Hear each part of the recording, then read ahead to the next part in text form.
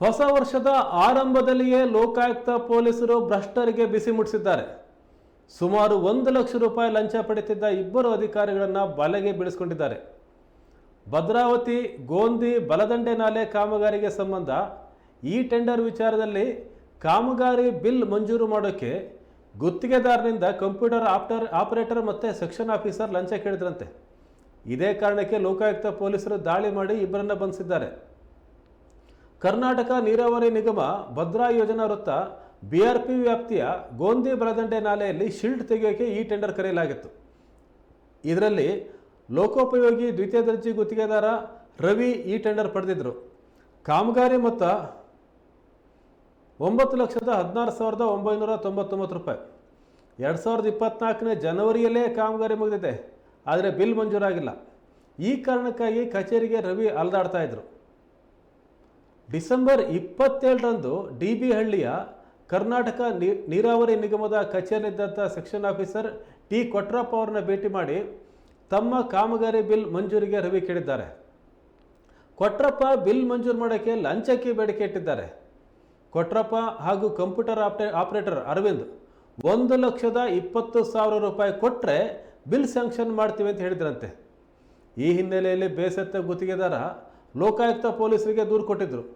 ದೂರು ದಾಖಲಿಸಿಕೊಂಡು ಲೋಕಾಯುಕ್ತ ಪೊಲೀಸ್ ಅಧೀಕ್ಷಕ MH ಮಂಜುನಾಥ ಚೌಧರಿ ಅವರ ನೇತೃತ್ವದ ತಂಡ ಈ ಕಾರ್ಯಾಚರಣೆಯನ್ನು ಕೈಗೊಂಡಿತ್ತು.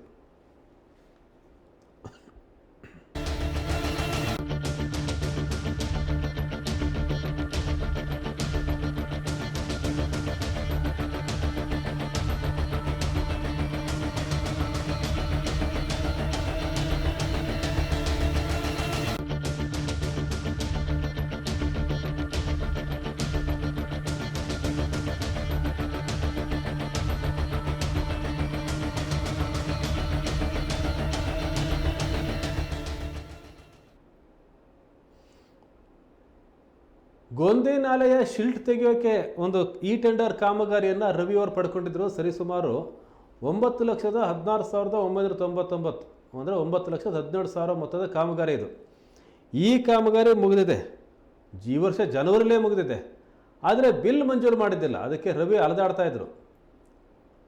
ಸೆಕ್ಷನ್ ಆಫೀಸರ್ T ಕೊಟ್ರಪ್ಪ ಅವ್ರನ್ನ ಭೇಟಿ ಮಾಡಿ ಬಿಲ್ ಮಂಜೂರು ಮಾಡಿ ಅಂತ ಕೇಳಿದಾಗ ಅವರು ಲಂಚ ಕೇಳಿದ್ರಂತೆ. 1,20,000 ಇಷ್ಟು ಲಂಚ ಕೊಟ್ಟರೆ ನಾವು ಬಿಲ್ ಸ್ಯಾಂಕ್ಷನ್ ಮಾಡ್ತೀವಿ ಅಂತ ಹೇಳಿದ್ರಂತೆ.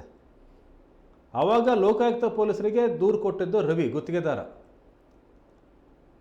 ಅವರಿಗೆ ಲಂಚ ಕೊಡ್ತಕ್ಕಂಥ ಟೈಮಲ್ಲಿ ಹೋಗ್ಬೇಕಾದ್ರೆ ರೆಡ್ ಹ್ಯಾಂಡೆಡ್ ಆಗಿ ಈಗ ಲೋಕಾಯುಕ್ತ ಪೊಲೀಸರು ಪೊಲೀಸ್ ಅಧೀಕ್ಷಕ MH ಮಂಜುನಾಥ್ ಚೌಧರಿ ಅವರ ನೇತೃತ್ವದ ತಂಡ ಕಾರ್ಯಾಚರಣೆ ನಡೆಸಿ ಅವರಿಬ್ಬರನ್ನ ಬಲೆಗೆ ಬೀಳಿಸಿದೆ. T ಕೊಟ್ರಪ್ಪ ಮತ್ತು ಕಂಪ್ಯೂಟರ್ ಆಪರೇಟರ್ ಅರವಿಂದ್ ಇಬ್ಬರನ್ನ ವಶಕ್ಕೆ ತೆಗೆದುಕೊಂಡಿದೆ.